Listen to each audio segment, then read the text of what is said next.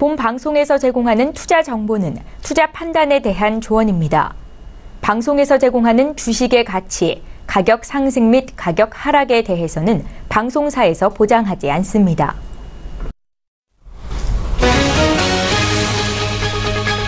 헤드라인 뉴스입니다. 미국 뉴욕 증시에서 주요 지수는 미국과 북한 사이의 긴장 고조에 따른 지정학적인 우려로 하락했습니다. 뉴욕 증권거래소에서 다우존스 지수는 0.17% 하락한 22,048.70의 거래를 마쳤습니다. S&P 500 지수는 0.04% 낮은 2,474.02를 기록했고 기술주 중심의 나스닥 지수도 0.28% 내린 6,352.33의 장을 마감했습니다. 지난 2분기 미국의 비농업 부문 노동 생산성은 월가 예상을 웃돌았지만 부진한 추세를 벗어나지는 못했습니다. 미 노동부는 2분기 비농업 생산성 예비치가 연율 0.9%를 보였다고 발표했습니다. 월스트리트저널 조사치는 0.6%였습니다. 지난 6월 미국 도매 재고가 자동차 재고가 늘어난 영향으로 시장 예상치를 소폭 상회하면서 6개월 만에 가장 큰 증가세를 나타냈습니다. 미 상무부는 6월 도매 재고가 전달 대비 0.7% 증가했다고 발표했습니다. 월스트리트저널 조사치는 0.6% 증가했습니다. 국제유가가 1% 가까이 올랐습니다. 미국의 원유 재고가 9주 연속 감소했다는 소식이 호재로 작용했습니다. 뉴욕 상품거래소에서 서부 텍사스산 원유 WTI 9월 인도분은 전일보다 배럴당 0.8% 오른 49달러 56센트의 거래를 마쳤습니다.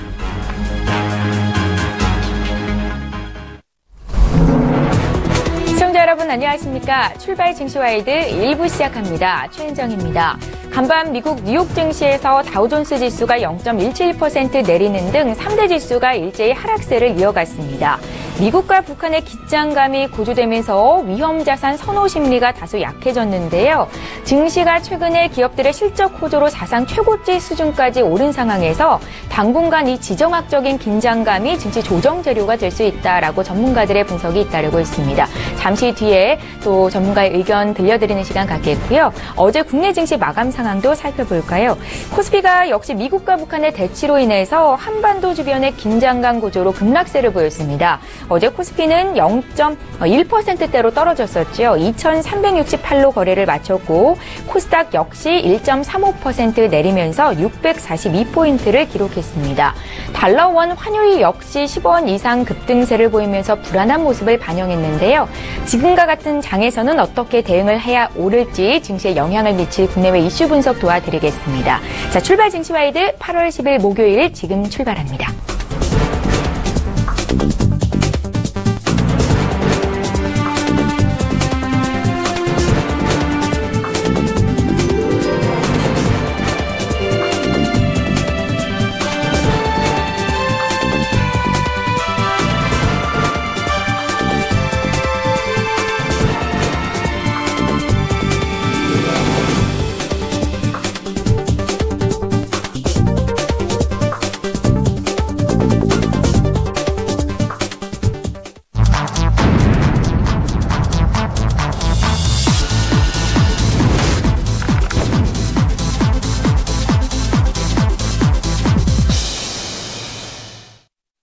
시장에 영향을 줄 글로벌 이슈를 통해서 경제 흐름을 간파해보는 시간입니다. 이효룡의 돌직구, 오늘도 역시 고든 자산관리의 이효룡 대표 자리에 모셨습니다. 대표님 안녕하세요. 네, 안녕하십니까. 네, 첫 번째 이슈부터 보겠습니다.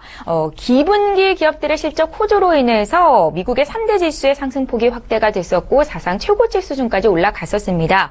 다만 이런 가운데 뉴욕 증시를 두고 거품 논란이 있기도 했는데요. 이와 관련해서 메릴 린치 전략가들은 8년 강세장을 지지해오던 3대 기둥이 무너졌다. 주식시장의 추가 상승에 대해서 회의감을 나타내고 있습니다.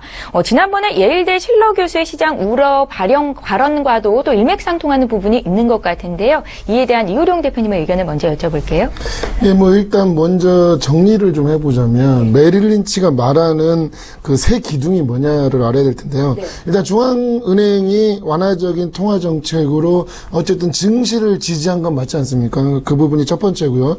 두 번째가 그 기업 실적이 그러면서 상당히 좋았죠. 뭐 이런 부분들. 그리고 세 번째 마지막으로는 낮은 채권 수익률이었는데, 그러니까 이 세 개 중에 세 개가 다 무너진 게 아니라 두 개가 무너졌다. 그게 첫 번째와 두 번째고, 세 번째는 앞으로 무너질 것이다. 이 부분은 제가 저번 주, 저저번 주를 통해서 채권 수익률 앞으로 급등할 확률이 있다라는 부분, 그린스펀과 슐러 교수 예를 들면서 제가 말씀을 드렸었는데요.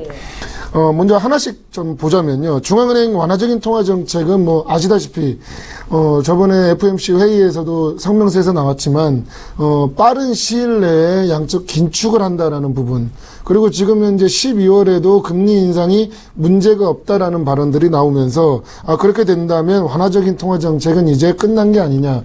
그렇기 때문에 앞으로는 긴축적인 어떤 스탠스가 지속될 거다라는 부분들이 이 기둥 하나가 이제 무너졌다라는 부분이고요. 지금 내년도 지금 분기마다 한 번씩 금리 인상하겠다는 얘기가 나오고 있거든요. 그렇기 때문에 뭐 상당히 지금 이 부분에 대한 부담은 있다라는 부분을 얘기하는 거고요. 기업 실적 성장 같은 경우에도 메릴린치에서 지금 하는 얘기는 뭐냐면 S&P 500 이익 성장률이 올해는 8%인데 내년은 5%로 줄어들 것이다라는 예상이 나오고 있거든요. 그런 뿐만 아니라 메릴린치가 올해 S&P 500의 목표치를 2,450포인트로 정했는데 이미 넘어가지 않았습니까? 지금 2,470대인데 그렇기 때문에 추가적인 상승 여력이 아마 힘들 거다라는 부분들이 있습니다. 그러니까 다만 이제 아직 낮은 채권 수익률은 유지하고 있다라는 부분들이 아직은 이제 세 기둥 중에 한 기둥이 아직 남았다라는 부분이고요.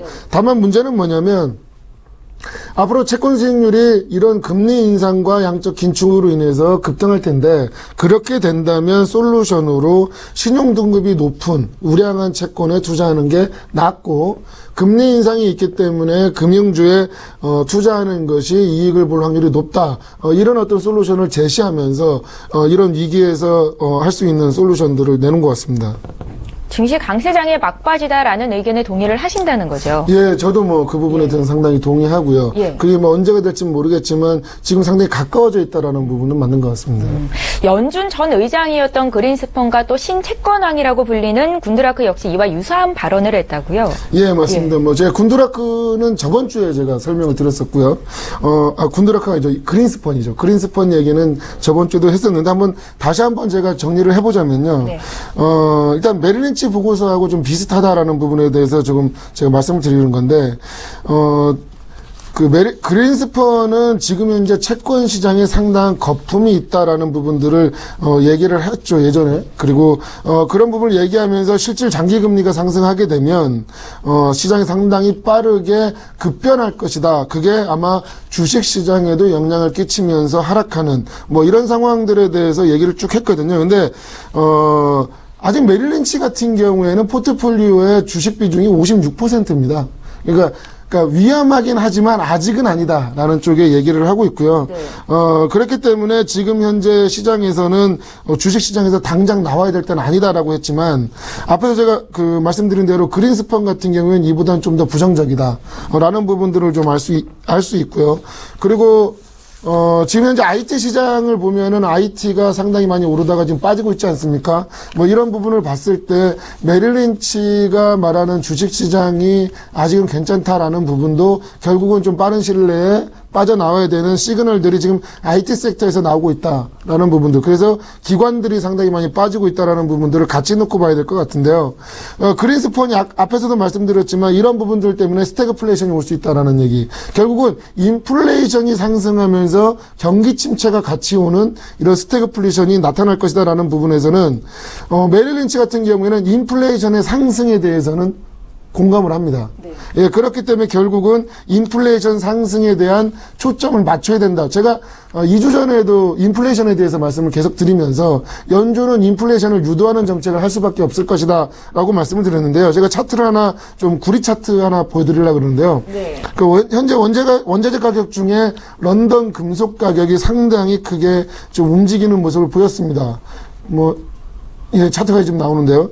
구리하고 알루미늄을 보시면 상당히 급격하게 올라가는 모습 보이시죠? 그리고 원유도 최근에는 상당히 급격하게 올라가면서 이제 $50를 위협하는 뭐 이런 상황이 됐고요. 이런 모습을 봤을 때 확실한 거는 인플레이션이 지지부진했지만 자네 델런이 그런 얘기를 했지 않습니까? 일시적일 것이다. 지금 그 부분에 대해서 상당히 좀 시그널이 나오면서 이제는 인플레이션 상승하는구나 라는 부분들을 놓고 본다면 그린스펀이 한 얘기와 메릴 린치에서 한 얘기가 좀 틀리지 않고 조금 맞아 들어가고 있다라는 부분들은 한번 생각해 볼 필요가 있고요. 군드라크도 채권 수익률을 좀 경고하는 모습을 보였는데요. 네. 일단은 인플레이션이 상승하면 장기물들이 수익률이 올라가지 않습니까? 그렇게 된다면 그 장기물들의 수익률이 올라간다면 정급본드하고 하이힐드 채권의 수익률도 올라갑니다. 지금 정급본드와 하이힐드 채권의 가격은 사상 최고치입니다. 그렇게 된다면 수익률이 상승할 때 변동성이 상당히 심해지는, 결국은 정급본드와 하이힐드 채권의 폭락이 이루어질 수 있는 이런 부분들을 지금 군드라크가 경고한 거거든요. 네. 결국은 뭐냐, 채권에서의 위험 자산이 앞으로는 매도세를 이어질 것이고 그게 다시 증시로 이어질 것이다라는 얘기를 하면서 군드라크가 지난 27일 날 로이터 인터뷰에서 한 얘기는 뭐냐면 5개월짜리 S&P 500 풋옵션을 매입했다라는 얘기를 했거든요. 예. 이 얘기는 뭐냐면 하락에 베팅을 하는 그렇죠. 하락에 베팅을 하고 변동성을 키울 것이다 라는 데 베팅을 했고요. 좀 더 구체적으로 한 얘기는 뭐냐면 S&P 500 5개월에서 8개월 물들을 굉장히 많이 매수했다라는 얘기를 했기 때문에 결국 빅스가 최근에 이상하리만큼 낮았지 않습니까? 역사상 최저치인 1990년대 초반에 있었던 그 정도까지 내려갔었는데, 그러니까 9를 뚫고 내려왔거든요. 지금은 이제 11, 12 이때에서 지금 노는데, 이런 부분들은 결국은, 상당히 많이 위험한, 그러니까 변동성을 키울 수 있는 여건이 마련된 게 아니냐. 예. 예, 이런 부분들을 같이 놓고 투자의 기준을 정하시면 참 좋을 것 같다는 생각이 들고요. 그러면서 근거로 내는 자료가, 차트가 되게 중요한데요. 구리금 비율 차트입니다. 그리고 미국제 10년물 수익률 차트를 같이 비교해 놓은 네, 지금 준비가 되어 차트인데요. 있는데요. 예. 네. 한번 보시면요. 구리하고 금 비율 차트가 뭐냐면 금 가격 대비해서 구리가 얼마나 올랐느냐를 보는 건데, 상승한다는 얘기는 앞에서 보여드렸듯이 구리 가격이 상승한다는 얘기거든요. 예, 구리 가격이 상당히 급등했다. 근데 구리 금 비율 차트하고 미 10년물 수익률 차트는 이제까지 동조화되는 모습을 보였습니다. 그러니까 같이 움직였다는 거죠. 근데 저 끝부분을 보시면 알겠지만 다이버전스가 일어났죠. 결국은 지금 현재 동조가 아니라 디커플링 현상이 일어났다. 그러면 예전에 역사적으로 봤을 때 저게 같이 동조화되기 위해서 수렴하는 모습을 보이거든요. 그렇게 된다면 지금 현재 여건상, 환경상 그러면은 구리 금 비율이 내려올 거냐, 아니면 미 10년물 국채 수익률이 올라갈 거냐인데, 앞에서도 말씀드렸지만 여러 전문가들이 한 얘기는 그린스펀, 군드라크, 그다음에 그전에 빌고르스까지 한 얘기는 뭐냐면 너무 낮은 채권 수익률이 지금 현재는 상당한 부담이고 이게 거품이다라고 본다면 미국채 10년물 수익률이 급등할 가능성이 있고 그게 구리금 비율에 동조화 되겠죠. 네, 이렇게 된다면 시장의 조정이 크게 일어날 수 있다라는 부분들을 같이 놓고 본 거죠. 그러니까 이 부분을 봤을 때 군드라크가 인터뷰에서 한 얘기는 뭐냐면 12월까지 S&P 500이 3%만 빠져도 빅스 지수는 20까지 올라갈 거고요. 자기가 매수한 5개월물에서 8개월물 풋 옵션은 400% 정도 수익이 난다. 예. 예, 이런 부분들을 좀 같이 놓고 본다면 어쨌든 결론적으로 지금 시장 상황이 상당히 부담스럽다라는 부분인 거죠. 예, 그래서 빅스 지수를 좀 한 번 더 좀 봐야 될 텐데요. 예. 빅스 차트를 한 번 더 좀 차트를 보시면요. 예. 최근에 다시 정배열 N자로 올라가는 모습을 보이고 있죠. 어제 같은 경우에는 11을 넘었다가 조정을 받으면서 좀 내려오는 이런 모습을 보였는데 아직도 지금 현재 상당히 빅스 가격은 싸다라고 보이기 때문에 이런 부분들 좀 참고해서 보셔야 될 것 같고요. 20이라는 그 군드라크가 그 말한 20 정도는 충분히 올라갈 수 있다라는 부분 저도 동의하거든요. 그러니까 이런 부분들 좀 같이 놓고 봐야 될 것 같고요. 다만 군드라크는 메릴 린치처럼 공통점이 있는 게 뭐냐면 일자리하고 소비 지표가 아직은 강해 보인다. 그렇기 때문에 단기적인 조정이 있을 것이니 S&P 500이 한 3% 조정을 받는다면 자기는 주식을 더 매수하겠다. 이런 부분을 얘기했기 때문에 단기적인 어떤 변동성, 조정이 있을 것이다 라는 부분에서는 상당히 부정적이진 않다. 있다라는 부분들을 좀 같이 놓고 봐야 될 것 같고요. 그렇기 때문에 좀 결론적으로 제가 말씀드리고 싶은 건 뭐냐면 네. 이 셋이 그러니까 메릴 린치, 군드라크 그다음에 그린스펀이 한 얘기를 좀 같이 놓고 본다면 일단 인플레는 상승할 것 같다. 그렇게 된다면 채권 수익률은 따라오를 것이다. 그리고 이렇게 된다면 시장이 조정을 받고 변동성은 굉장히 낮았지만 이제는 앞으로 변동성도 같이 상승한다. 이게 앞으로 이루어지는지 안 이루어지는지 기준을 잡고 투자를 하셔야만이 그 스탠스를 제대로 잡을 수 있지 않는가라는 생각이 듭니다. 위험자산 선호 심리가 좀 약해지면서 오늘 금값이 3개월 만에 가장 큰 오름폭을 보였는데요. 금 같은 쪽으로도 투자 시선을 그렇죠. 옮겨보는 그러니까 결국은 안전자산인데요. 한마디 더 추가를 하자면 예. 지금 이제 북미 간의 어떤 그 발언이 상당히 위기를 고조한다라는 네. 얘기 하지만 제 개인적으로는 그 부분은 상당히 단기적 이슈고 여기에 영향을 미치지 않는다고 봅니다. 오히려 이 북미 간의 강력한 발언이 지금 시장의 이런 위험들, 경고들을 덮어주는 게 아니냐. 그러니까 근본적인 문제가 있기 때문에 금 가격이 오르는 것이고 제가 계속 투자하라는 부분이 금이었지 않습니까? 네. 그렇기 때문에 앞으로도 달러가 이렇게 약세가 된다면 금 가격은 1,300을 넘을 것이다. 예. 그런 면에서 상당히 매력적인 가격대라는 것도 알아두실 필요가 있을 것 같습니다. 예, 증시 강세장의 막바지에서 변동성에 대비할 것을 말씀을 하신 거고요. 또 주식 비중을 축소하거나 증시가 하락하는 데 베팅하는 상품들에 투자하거나 금 같은 안전자산 쪽으로의 매기가 집중되는 게 옳겠다라는 말씀이셨습니다. 잠시 뒤에 구체적인 국내 시장 영향 한 번 더 여쭤보는 시간이 있을 것 같고요. 두 번째 이슈 살펴보겠습니다. 달러 약세 흐름이 지속되는 가운데 이번 잭슨홀 미팅을 앞두고 시장의 관심이 미 연준 의장이 아닌 ECB 총재, 드라기 총재에게로 쏠려 있다라는 내용인데요. 이건 어떤 관점에서 바라봐야 되는 건지 좀 봐주십시오. 일단 뭐 24일에서 26일이 잭슨홀 미팅 아닙니까? 예. 이때 드라기 총재가 연설을 합니다. 그러니까 이런 부분에서 봤을 때 작년에 역사적으로 한번 생각을 해보면 작년에 그 잭슨홀 미팅에서 자네 델런이 좀 강력한 발언을 하면서 긴축 발언을 했죠. 달러가 19주 연속 올랐습니다. 그때 달러 인덱스가 103까지 올라가는 기염을 통했거든요. 네. 그렇기 때문에 이번에는 드라기가 긴축 발언을 할 수 있다. 결국은 2년 동안 끌어온 QE에 대한 부분을, 그러니까 양적 완화에 대한 부분을 이제는 우리도 좀 긴축을 해야 되는 게 아니냐, 미국 따라. 이런 상황이 벌어진다면 앞으로는 유로화가 강세가 계속될 수 있다. 라는 부분들, 네. 그런 부분들이 지금 현재 이 발언이 예상이 된다는 얘기가 파이낸셜 타임즈에서 나온 거거든요. 그렇기 때문에 지금 앞으로는, 그러니까 잭슨홀 미팅에서 드라기가 분명한 거는 양적 긴축에 대한 얘기는 해야 됩니다. 해야 되는데 늘 역사적으로 반복된 부분은 뭐냐면 드라기가 상당히 강점인 부분은 긴축을 얘기하지만 시장을 달래는 얘기도 같이 했거든요. 그러니까 완화적 긴축인 거죠. 그러니까 완화에 대한 스탠스를 어떻게 얘기할 것이냐가 시장에 또 시장을 달랠 것이냐 아니면 이제는 불안에 떨게 할 것이냐인데 요 부분이 잭슨홀 미팅에서 나올 수 있다. 그러니까 결국은 시장에서 바라보는 방향이 앞으로 유로 강세가 유지될 것이다라는 쪽으로 지금 바라보고 있는 거거든요. 네. 그렇기 때문에 시장이 지금 현재 반영이 되는 모습이죠. 제가 차트를 하나 더 좀 보여드릴 부분이요. 네.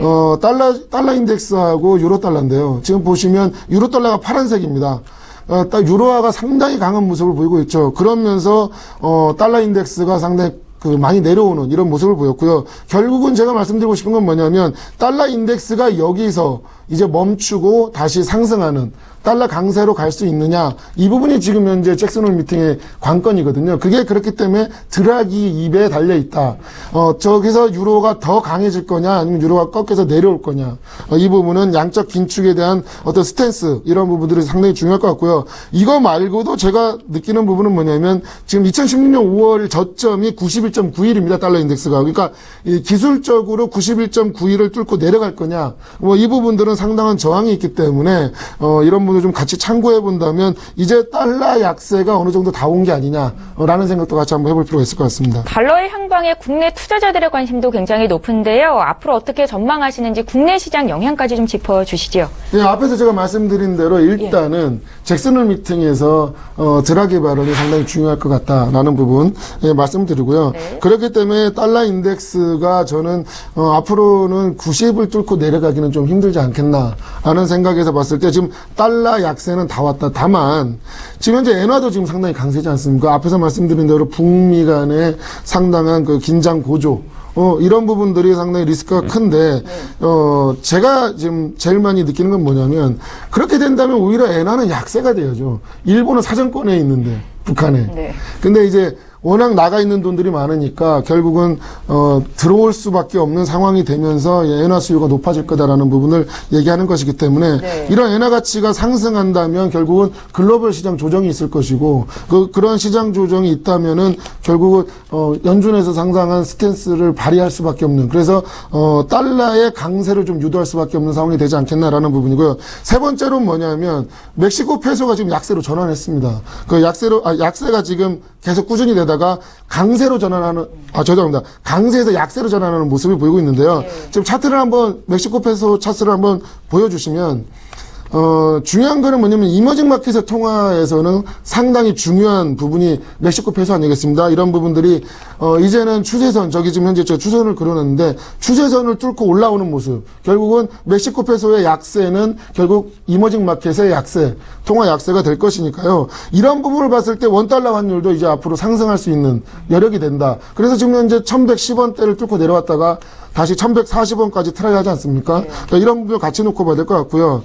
그리고 지금 또 한 가지는 뭐냐면 인플레이션 상승 시에 쓸 수 있는 조치가 결국은 금리 인상이냐. 금리 인상은 아직 양적 기준까지 같이 해버리면 부담이 크지 않습니까? 그렇게 된다면 달러 강세를 유도하면서 큰 칼보다는 작은 칼을 쓰자 쪽으로 아마 연준이 유도하지 않을까라는 생각이 들고요. 마지막으로 제가 말씀드리고 싶은 건 뭐냐면 네. 미국 내부적인 문제거든요. 지금 전에도 제가 오토론 가지고 얘기 많이 했지 않습니까? 오토론 연체가 상당히 심각하다. 근데 지금 이번에 나온 건 뭐냐면 카드론이 6월 말 잔액 집계로 6월 말에 소비자들의 그 카드론 잔액이 1조 216억 9천만 달러입니다. 이게 뭐냐면 2008년도에 그 최고치 카드론을 갱신했습니다. 결국은 뭐냐? 소비자들이 지금 카드론을 엄청나게 쓰고 있는데 소비 지표는 밋밋하죠. 거기다가 지금 오토론 연체 나고 있지 않습니까? 거기다가 학자금 대출까지 상당합니다. 그러니까 이런 부분을 봤을 때 그럼 이런 상황에서 대출금리가 올라가는 현상을 FOMC에서 연준에서 자네들련이 인정할 것이냐? 그거 쉽지 않을 겁니다. 그렇게 된다면 달러 강세로 인플레이션 상승을 좀 더 억제해주는 이런 모습들이 보이기 때문에 앞으로 이머징 마켓에서 마켓 대비해서도 달러가 강세겠지만 달러 인덱스도 다시 반등할 수 있는 이런 상황이 되기 때문에 투자에 같이 참고하셔서 봐야 될 것 같습니다. 예, 다소 관망적인 자세가 맞겠다라는 생각도 들고요. 다음 주 이 시간에 또 모시고 경제 흐름 간파해보는 시간 갖겠습니다. 고든 자산관리의 이호룡 대표와 함께했습니다. 고맙습니다. 감사합니다.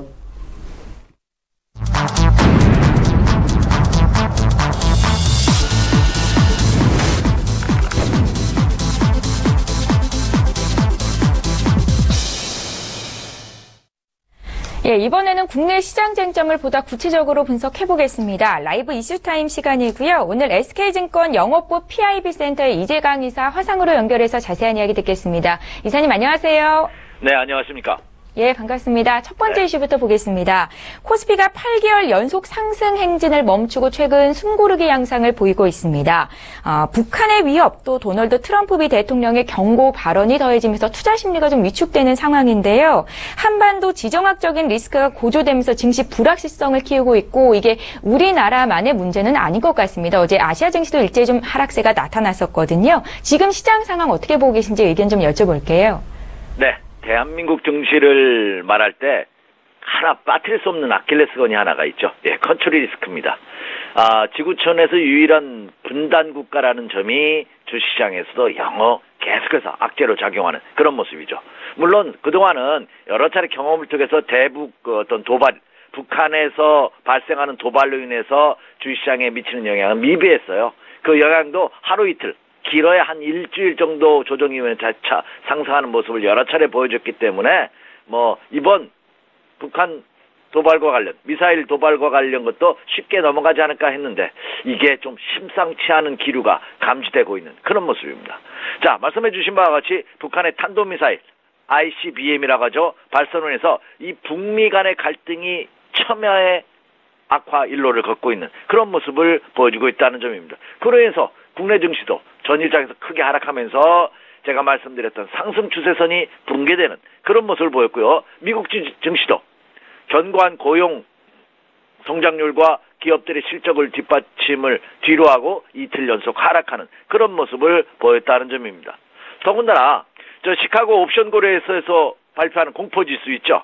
예, 우리나라는 V 코스피가 공포지수 변동성 지수인데 시카고 옵션 거래소 발표하는 공포지수 VIX라고 합니다. 이 공포지수가 10.96으로서 10% 이상 크게 상승하면서 미국 시장도 변동성에 휘말리고 있는 그런 모습을 보여주고 있다는 점입니다. 따라서 어제와 오늘 새벽에도 뉴욕 증시도 이틀 연속 조정을 받으면서 오히려 미국 증시도 이 북한과 미국의 어떤 이 핵 대결, 이 가시권에 들어오는 것이 아니하는 불안감이 증시에서도 나타나고 있는 그런 모습을 보여주고 있다는 점입니다. 특히 트럼프 대통령이 계속해서 그 북한의 그 핵 프로그램에 대해서 아주 맹비난하는 그런 모습을 보여주고 있고, 이것이 또 심각한 것은 그 표현적인 트럼프 대통령이 약간 그 액션도 강하고 표현도 아주 직설적인 그런 모습은 보여주고 있습니다만, 지금 영국의 그 파이낸셜 타임스의 그 보도에 따르면 이번에 트럼프 대통령이 대북 관련해서 비난한 것은 1945년 히로시마 핵폭탄 투여한, 그러니까 1945년 2차 세전을 마무리하면서 1945년에 히로시마와 나가사키에 핵폭탄을 투여하기 전에 그때 대통령이었던 트루만 대통령이 일본에 대한 경고와 비슷하다 하는 보도를 했다는 점이 크게 우려를 낳고 있습니다.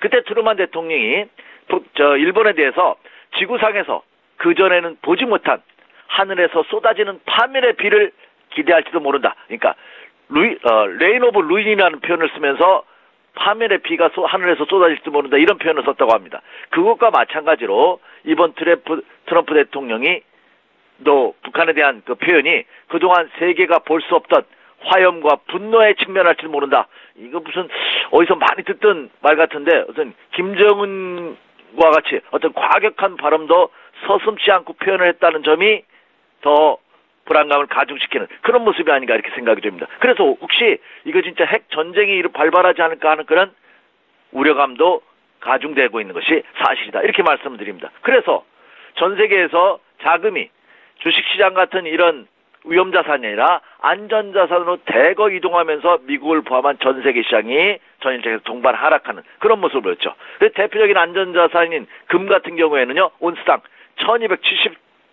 1270달러까지 치솟으면서 크게 상승하는 그런 모습을 보였고, 엔화도 안전자산으로 분류가 되죠. 엔화가 1달러에 110엔대를 110.48엔을 찍으면서 엔화도 강세를 보이는 그런 모습을 보여주고 있다는 점입니다. 이로 인해서 위험자산이라 할 수 있는 주식시장, 특히 이머징 마켓 시장, 더군다나 대한민국과 같은 여전히 분단국가라는 컨트롤 리스크를 안고 있는 국가의 조정 가능성도 짙게 내포되고 있는. 그래서 이 컨트롤 이번에 발생한 이 북미 사태는 어떤 극적인 해결의 실마리를 보이기 전까지는 다소 증시에 부담으로 작용할 가능성이 크지 않나 이렇게 예상이 됩니다. 예, 말씀하신 것처럼 한반도의 긴장감이 고조되는 상황에서 어제 주식과 채권 가격, 여기에 원화 가치 하락까지 동시에 하락하는 트리플 약세가 나타났었는데요. 오늘 또 옵션 만기일이죠. 변동성이 얼마나 증시에 영향을 미칠지도 걱정거리 중에 하나인 것 같습니다. 영향력이 얼마나 될까요, 이사님? 네, 자, 오늘 또 말씀해 주신 바와 같이 옵션 만기일입니다. 물론 8월달, 짝수의 달, 그러니까 3회 배수의 달이 아니기 때문에 단순 옵션 만기만 이루어지는 그런 날입니다. 그래서 평소 같으면 그 영향력은 미비할 것으로 예상이 됩니다. 그런데 이번에 이 북미 관계 어떤 이 위협 가능성이 제기되면서 이것까지 겹치면서 오늘 옵션 만기일 날 또 주식시장이 급 변동하지 않을까 하는 우려감이 대두되고 있는 그런 모습입니다. 이 컨트롤 리스크를 이용해서 일부 과격한 투자자들 사이에서는 옵션 시장에서 풋옵션을 가지고 치열한 매매 공방을 벌일 가능성이 그 어느 때보다 높은 그런 모습을 보여주고 있지 않나 생각이 됩니다. 그래서 지금 시장 참여자 전문가들 사이에서도 이 오늘 10일, 오늘이죠, 옵션 만기를 기점으로 해서 주의령을 발령하는 그런 모습을 보여주고 있습니다. 그게 무슨 말이냐면 증권사와 선물사 그리고 우정사업본부를 포함한 국가 지자체의 물량 출회 가능성이 크게 대두되고 있는 그런 모습을 보여주고 있거든요. 그래서 이번 옵션 만기는 단순한 옵션 만기에서 벗어나면서 증시에 크게 출렁거릴 가능성이 그 어느 때보다 높은 그런 모습이다 이렇게 말씀을 드립니다. 지금 지난달 이후에 누적단 매수 차익 잔고가 크게 증가되고 있는데 이 청산 가능성이 제기되고 있습니다. 옵션 만기일 날 증권사 설물사 프로그램 매도 물량이 한 2,500억 정도 예상이 되고 있고요. 그리고 정부와 그 지방자치단체에서 한 2,300억 정도. 그래서 한 4,800억, 한 5천억 가까이가 물량이 출회될 가능성이 높지 않을까. 그전 같으면 이 물량을 외국인 투자가들이라든지 다른 기관 투자가들이 이렇게 순수하게 받아주면서 거뜬하게 넘어갈 수 있었는데 이번에는 이 컨트리 리스크와 겹치면서 그 물량 출회에 인해서 주가가 크게 출렁거릴 가능성도 우리가 체크해야 되지 않나 이렇게 예상이 됩니다. 또 이번에 그 어느 때보다도 이 청산 물량이 출회될 가능성이 높은 이유로서는요. 지금 베이시스가 크게 확대되고 있습니다. 그런데 어제장에서 주가가 조정받으면서 베이시스가 다소 축소되긴 했습니다만 시장 베이시스 차이로 인한 차익성 잔고가 약 한 5천억 정도 증가되고 있는 그런 모습을 보여주고 있고요. 그래서 이 코스피 200 선물지수와 현물지수의 차이에 따른 이런 프로그램 매도 물량 출회 가능성도 있는 그런 모습을 보여주고 있다 이렇게 말씀을 드립니다. 그리고 또 하나는 일부 이게 좀 어려운 얘기입니다만 전문가의 사이에서는 오늘 외국인 투자가들의 미니 선물 매수 여부, 청산 여부 이것을 한번 체크해봐야 된다 하는 의견이 제시되고 있습니다. 왜냐하면 외국인 투자가들이 미니 선물을 매수할 경우에는 증권사에서는 해치성 차원에서 그만큼의 현물을 매도할 수밖에 없는 그런 모습을 가지고 있다는 점입니다. 그렇기 때문에 외국인의 미니 선물 약 한 1조 원 규모거든요. 우리나라 돈으로 6만 5천 계약이 순매수된 것이 청산 어떻게 되느냐의 여부 이것도 같이 한번 체크해 볼 필요가 있지 않나 이렇게 생각이 됩니다. 그래서 오늘 그렇잖아도 대북관계 컨트리 리스크로 인해서 불안한 상황에서 이 오늘 옵션 만기에 따른 변동성도 감안해야 되기 때문에 투자자분들께서는 요 점을 같이 체크하는 지혜가 요구되고 있다. 필요하다 이렇게 말씀을 드립니다. 예, 여기저기서 투자하기 정말 죽겠다라는 목소리가 들립니다. 지금 말씀하신 것처럼 증시에 호재는 별로 없는 상황이기는 한데요. 오늘 좀 증시가 변동성이 있을 때 투자 전략은 어떻게 가져가면 좋을지 구체적으로 좀 여쭤볼게요. 네, 이제 벌써 8월도 두째 주입니다. 오늘 이제 말씀드렸던 바와 같이 옵션 만기일, 내일이 또 금요일입니다. 지금 여의도 지역에 비가 아주 보슬비처럼 내리고 있어요. 빨리 아주 찌는 듯한 이 무더위를 식히는 가을을 재촉하는 그런 단비가 아닌가 이렇게 생각이 됩니다. 이 비처럼 주시장도 좀 더 빨리 차분해졌으면 하는 바람을 가져봅니다. 그런데 어차피 우리 속담에 보면 울고 싶은 아이 뺨 때린 격이다 뭐 이런 속담이 있죠. 지금 미국 증시도 너무 많이 올랐기 때문에 빠질 수 있는 구실을 찾고 있는 모습이 아닌가 생각이 됩니다. 다만 그 어느 때보다도 지금의 시장은 단순한 어떤 유동성 장세 이런 것이 아니라 실적과 펀더멘탈이 뒷받침되는 그런 견고한 장이라는 점입니다. 그 견고한 상승장 속에서 잠시 쉬어가는 조정을 받는 그런 모습을 보여주고 있기 때문에 이것은 재차 상승하기 위한 조정이면 틀림이 없다 이렇게 생각이 됩니다. 그래서 너무 불안하게 생각하지 마시기 바랍니다. 이렇게 말씀을 드립니다. 자, 오늘의 투자 전략 한번 살펴보죠. 제가 지난 화요일 이 시간을 통해서 여러분에게 지금은 상승 기조다. 다만 체크할 사항이 두 가지가 있다는 말씀드렸습니다. 첫째는 추세적으로 이 상승 기조가 이어지기 위해서는 코스피 시장을 기준으로 2,374포인트가 지지돼야 된다 하는 말씀드렸습니다. 근데 지난 화요일장만 하더라도 이것이 100% 거의 지지될 가능성이 굉장히 높았죠. 그런데 어제장에서 그것이 붕괴되면서 종합지수가 2,368포인트로 제가 말씀드렸던 상승 추세 포인트를 6포인트나 하회하는 그런 모습을 보였습니다. 그래서 일단은 상승 기조가 꺾였다고 보시는 것이 정확합니다. 주식 투자는 있는 그대로 하라고 했거든요. 그렇다고 본다면 일단 꺾였기 때문에 매수는 자제해 주시기 바랍니다. 이렇게 말씀을 드립니다. 그리고 일단 하락을 쫓아가면서 매도할 필요는 없을 것 같아요. 하지만 반등을 준다면 일단 현금화해서 현금 비중을 적어도 50% 정도는 가지고 가는 이런 전략이 필요하지 않나 생각이 됩니다. 그러면 매수는 언제 하느냐? 매수는 그러면 제가 말씀드렸던 2,374포인트가 돌파될 때 하냐? 그건 아닙니다. 매수는 이제 다시 상승 전환이 확인되든가 아니면 소매가 나오면서 과매도권에 진입한 급락하는 모습을 보일 때 그때 매수 전략을 다시 드리도록 하겠습니다. 그렇기 때문에 오늘과 내일장 적어도 금주는 매수는 자제하면서 상승 전환 포인트와 과매도권 진입 포인트를 확실히 확인한 연후에 매수에 들어가는 그런 지혜가 필요하다 이렇게 말씀을 드리고요. 그리고 일단 하락시 추격해서 매도할 필요는 없겠지만 반등을 준다면 일단 현금 비중을 좀 확보해 놓는. 그래서 이제까지 거의 주식을 갖고 계셨던 분이라면 한 절반 정도는 현금을 비축해 놓는 그런 전략이 필요하다 이렇게 말씀드립니다. 그리고 또 하나 체크할 사항. 외국인 투자가들이 역시 관건입니다. 과연 외국인 투자가들이 지난 2주 동안 2조 원 이상 순매도를 보였다가 그렇죠. 어제장에서 국내 증시에 어제 그저께 장에서 매수했다가 어제장에서는 다시 매도로 전환되는 그런 모습을 보였거든요. 이 외국인 투자가들이 과연 어떻게 되느냐의 키포인트는 환율 동향입니다. 사실 제가 불안하게 생각했던 것 중에 하나가 원달러 환율 동향이 전일장에서 10원, 10전이나 급등을 했어요. 그래서 1135원으로 1130원대에 그냥 진입하는 그런 모습을 보였다는 점이죠. 그렇기 때문에 이 환율 동향도 이렇게 급등락하고 특히 급등을 한 상황에서는 외국인 투자가들이 국내 시장에 들어오기 힘들다는 점. 그래서 투자자분들께서 환율도 같이 좀 체크하면서 매매 전략과 투자 전략을 세워주십시오. 이렇게 말씀을 드립니다.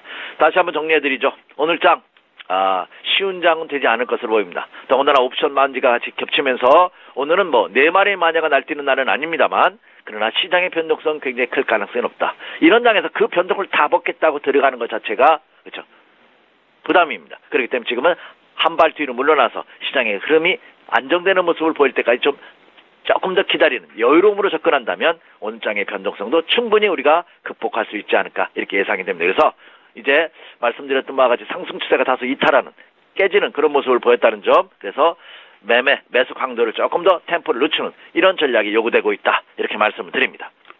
예, 경제 이슈 분석하고 투자 조언까지 들어봤습니다. SK증권 영업부 PIB센터의 이재강 이사님 의견 잘 들었습니다. 고맙습니다. 네, 감사합니다. 예, 출발 증시와이드 1부 시간 여기서 마칩니다. 잠시 뒤 2부 시간에는 시청자 여러분들의 종목을 상담해 드리는 시간이 있습니다. 지금 아래 나가고 있는 번호 유료 문자인데요. 샵 0082번으로 지금 문자 참여하시면 되겠고요. 건당 100원의 정보 이용료가 부과됩니다. 저희는 잠시 뒤 2부 시간으로 다시 오겠습니다. 고맙습니다.